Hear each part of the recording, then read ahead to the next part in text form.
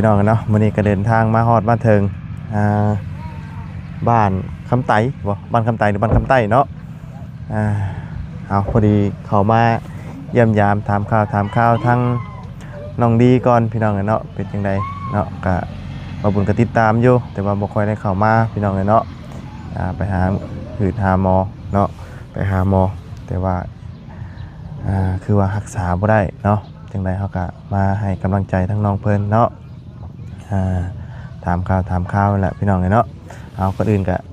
สบายดีเด้อเนาะสบายดีและสวัสดีพี่น้องกันเบิดทุกคนพี่น้องเนาะพบพ่อกันมื้อนี้ก็อยู่เฮือนน้องลีเนาะมาถามข่าวหลังจากที่ว่ามาจากหาหมอเนาะ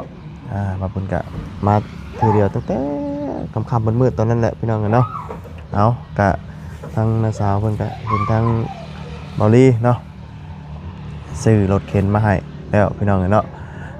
ก็ดีมุกดีใจนำเราเนาะมื้อนี้ก็มากัน3คนพี่น้องเนาะทั้งมะยาวประตูนพี่น้องเอ้ยมานำกันเนาะเอาจังไดก็ถามข่าวนำกันพี่น้องเอ้ยเนาะแต่ว่ามื้อนี้ในบ้านเพิ่นจะมีงานหยังพี่น้องเอ้ยเนาะงานบุญงานศีลบ่พี่น้องเอ้ยเนาะไปจ้ะพี่น้องจังไดก็ไปถามอาการของน้องเพิ่นนำกันเนาะแต่ว่าเห็นเพิ่นไปมื้อนั้นก็โอ้พี่น้องเอ้ยเนาะทั้ง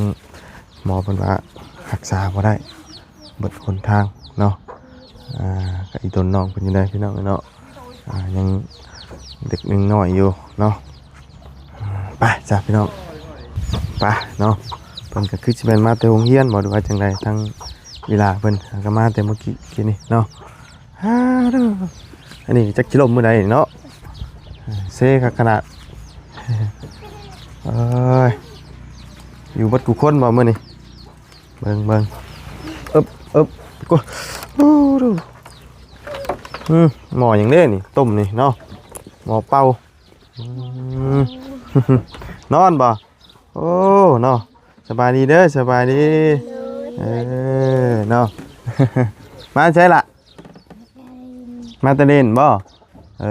คือว่ามาเตะโรงเรียนเนาะเลยสบายดีไม่ได้ยิน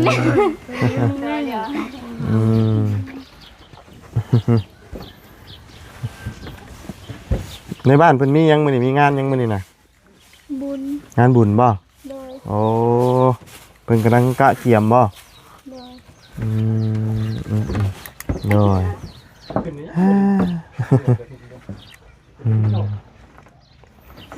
บ่ได้ไปโรงเรียนติมื้อนี้ล่ะไปอยู่แต่เลิกแล้วเนาะเลิกก็เลิกก็เล่นบ่ได้ลงบ่ได้ลงบ่โดยหักบุญเด้หักบุญเนาะโดยโดยดื้อมื้อนี้มื้อเพิ่นอันกะเกียมอยู่ซื่อติโดยห่มเข้ามื้ออื่นบ่ได้เนาะมื้ออื่นคือเป็นผู้มืองามโดยเจ้าก็สิไปอยู่บ่บ่ฮู้เอามีรถเข็นแต่ไปได้แล้วบัดนี้เนาะอยู่ไปเนาะให้ผู้นี้ได้อยู่ไปเนาะไปเล่นไปยังน่าบ่เบิ่งอดินบ่ฮะอดินบ่มาเล่นนี่บ่มันเป็นบุญยังนี่บุญของเขาบ่โดยบุญของเขาบุญของเขาเดือน3เนาะนอนแงกอยู่นี่เนาะยังนั่งทันได้เนาะเลย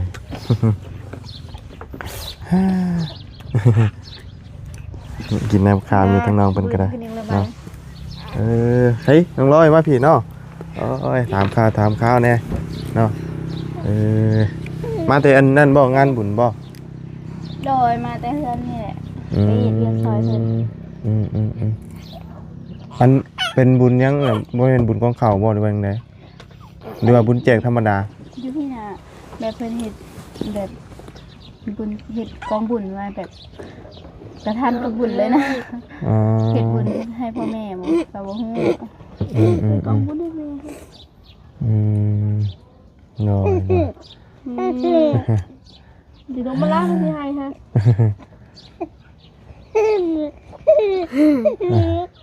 เห็นแม่บานแล้ว หน่อยเป็นที่ใดไปหาหมอเนาะจักมื้อแล้วกลับมานี่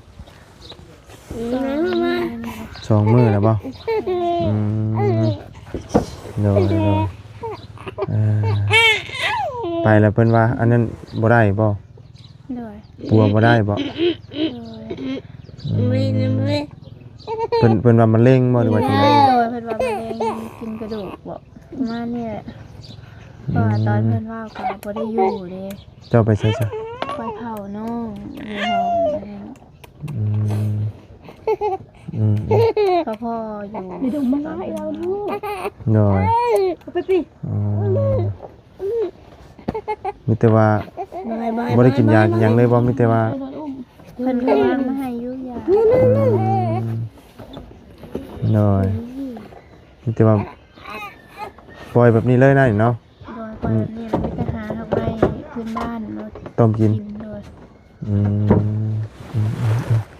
หน่อยแต่ว่าถ้าสิรักษานะบ่ได้เนาะ โดย รักษาให้เศร้าให้หยังเนาะ โดย มีแต่ว่ากินยาบรรเทาเจ็บนะเนาะเอากินกันพอเพิ่นสแกนเอ็กซเรย์มึงเบิดแล้วเนาะ โดย มันเป็นมะเร็งกินกระดูกว่าติแต่ว่าทั้งน้องเพิ่นคือสิบ่รับรู้หยังนั้นเนาะ โดย ยังน้อยเด้บ่จักหยังซ้ำเอากินถอกจะเกิบนะเนาะนะอันนี้จังได๋ทางนี้ก็ได้รถเข็นใหม่ติ โดย เดี๋ยวบ่มาพี่น้องเอ้ย มาเพิ่นเอามาให้วานนี่บ่ โดย ในอยู่ไปใช้แล้วนี่ วานนี้อยู่ไปลิ้นจนค่ำจนมืดไปนะเขาจะเอามาวานนี้ พายุอัน น้องค่อย น้องจะบ่ หลาน ปกติบ่มีอันว่าอันเดียวพายุก็บ่ได้ไปใช่เนาะ เลย คำคือแต่เก่าได้เราอยากไปบุญนี่เฮ็ดได้แต่ตะกี้นะ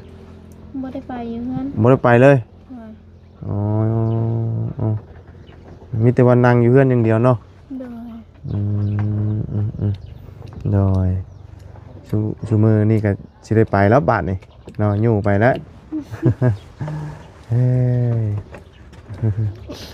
พากันกินข้าวกินหยังนะบ่มื้อนี้ กินแล้วกินแล้ว กินแล้วเนาะนั่นแหละเนาะมื้อนี่ก็สิมีงานงานบุญอยู่บ้านเพิ่นกันเนาะกะเกียม พากันอยู่ที่แล้วเนาะงอดแงะบ่ได้ไปใส่แต่ว่าทั้งน้องลอยคนนี้คือรักษาบ่ได้อันน้องดีเนาะรักษาบ่ได้แล้วเนาะมีแต่ว่าหายาพื้นเมืองกินต้มผักไม้หักยากินเด้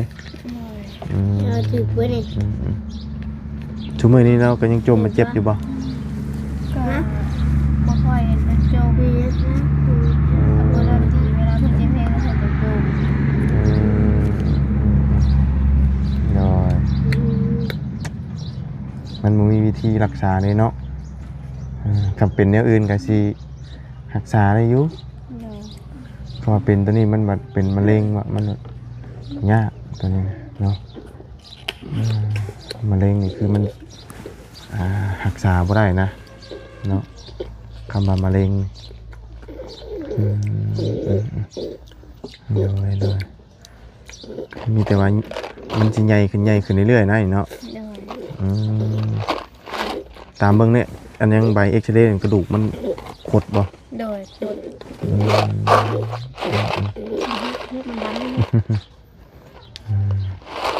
เดี๋ยวเราก็ยังไปโรงเรียนอยู่มื้อนี้เนาะ กระปุกนั่นแหละกระปุกนะ โดย ใส่ชุดขาว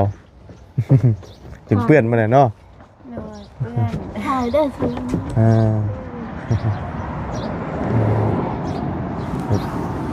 กระดูกมันออกมันมาเลยเนาะสำลังขดไปเลยเนาะโอเค คิดหลายบ่เจ้าก็ได้ โดยพอได้ยินตอนมาแล้วก็พอได้ยินเขาว่าเตียงว่างแล้วก็คิด อืมบ่คิดบ่ได้เลยเนาะเพราะว่าพอเฮารวบรวมเงินว่าสิพาไปรักษาว่าคิดว่าสิรักษาได้เนาะ โดย ทีแรกเว้าง่ายตั้งแต่มันเป็นแต่กี้แต่ก่อนเฮาก็บ่เคยฮู้ว่ามันเป็นอีหยังเนาะ โดย บ่เคยฮู้เลยว่า เป็นโรคหยังแล้วก็เป็นย้อนหยังเนาะ โดย เพราะว่ายังบ่เคยกวดจักเทื่อเลยแม่นบ่ โดย ตั้งแต่เริ่มเป็นนี่ก็ได้อืมอืมอืมอืมถ้าว่าเฮาไปกวดตั้งแต่ตับอิดตำบ่ก็จักว่าสิมีสิทธิ์อันนั้นอยู่จักเนาะ โด อื ย มแต่ว่าก็บ่มีเงินเนาะอืมอืมโดยอันนี้มันคือแบบว่ามันใหญ่ไปเรื่อยๆเนาะดันไปเรื่อยๆอืมก็มีแต่ว่ากินยาแบบไปเรื่อยๆเนาะเพราะว่าเฮาก็ได้พาเพิ่นไปกวดไปยังเบิ่งให้ได้เนาะแต่ว่าหมอเพิ่นว่าครับบ่ได้เนาะปัวบ่ได้เนาะถ้าปิ่นปัวได้ก็คือว่า ต้องมีเงินแบบว่ายื้อไปเรื่อยๆชื่อนะเนาะ โดย อืมน้อยสิจังไดบาทนี่เนาะแต่ว่าอยู่พักกันอยู่ชื่อแล้วเนาะโดยเบิดมื้อได้บ่ไปมื้อน่ะ ไปวางประมาณ11 โมงไปหาตกไป2 กลับมากับค่ำพอดีเนาะเผื่อแล้วเนาะ กลับมากับวิหารบ้านกับ10 โมง 3 คนบ่ไปมื้อน่ะ โดย ทั้งพ่อเนาะแล้วก็เจ้าไปจะเอาลูกยังมึง เพื่อยไปปลาวันหียาว ปลามาแล้วก็ปลาเอา โดยเปลี่ยนกันเอาเนาะเพิ่นกินนมอันนั้นติกินนม โดยน้ำคุณ กินนมฝุ่นเนาะจากอันใดอันยาเนาะ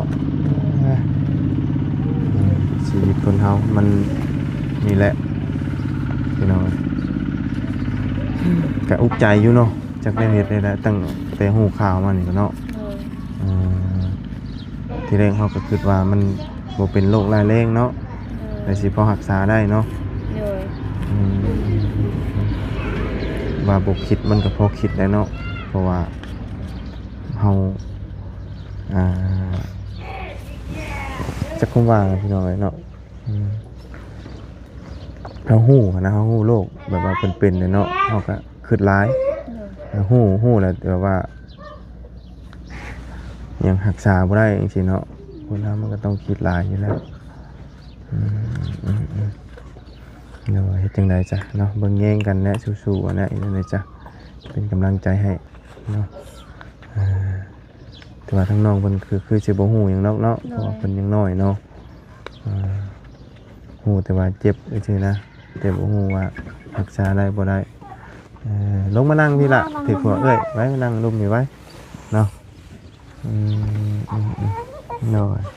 นั่งเอื้อยสิเนาะ เป็นไงลูกผัวโทรมา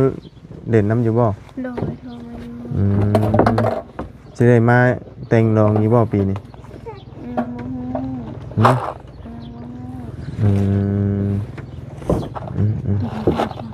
น้อยบ่ฮู้ว่าสิได้มาหรือบ่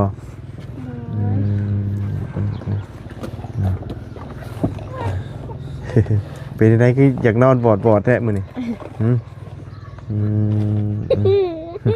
เอาให้ละบาทนี่เนาะเพิ่นบ่อยากนอนไปจัก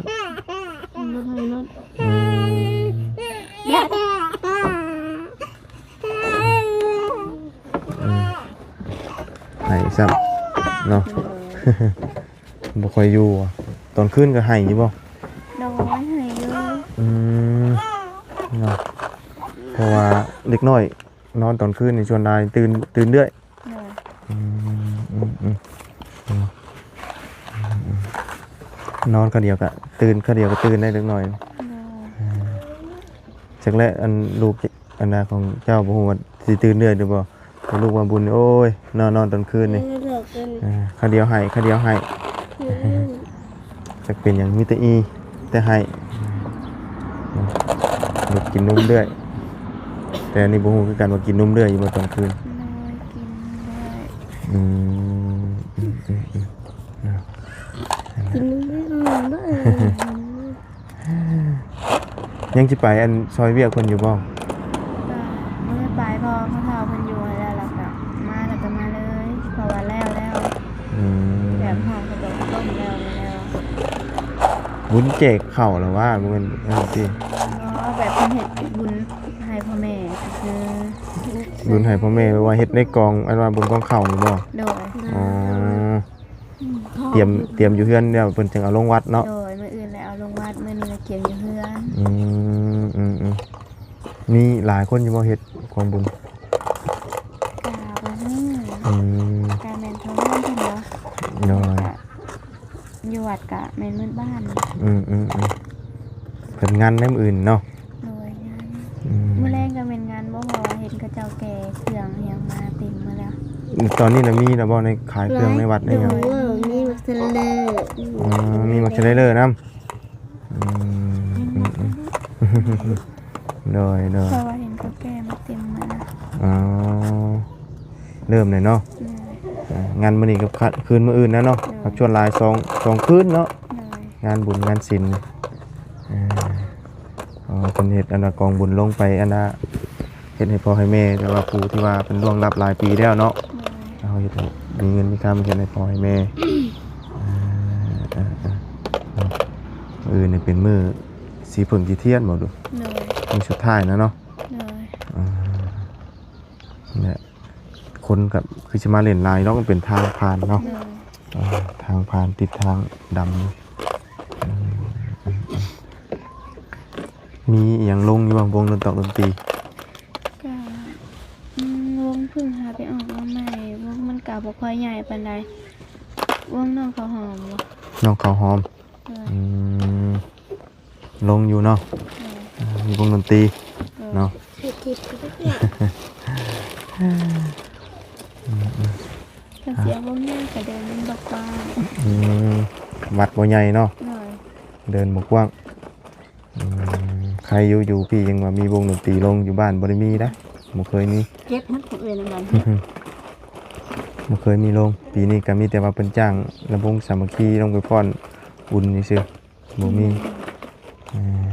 ก็บ่คือปีแต่ก่อนโอ้คนก็หลายอยู่ปีนี้บ่ค่อยปานใดกองบุญอิหยังก็บ่ได้มีจ้ะแบบว่าเฮ็ดให้พ่อให้แม่สินะปกติโอ้8 9กองพุ่นนะ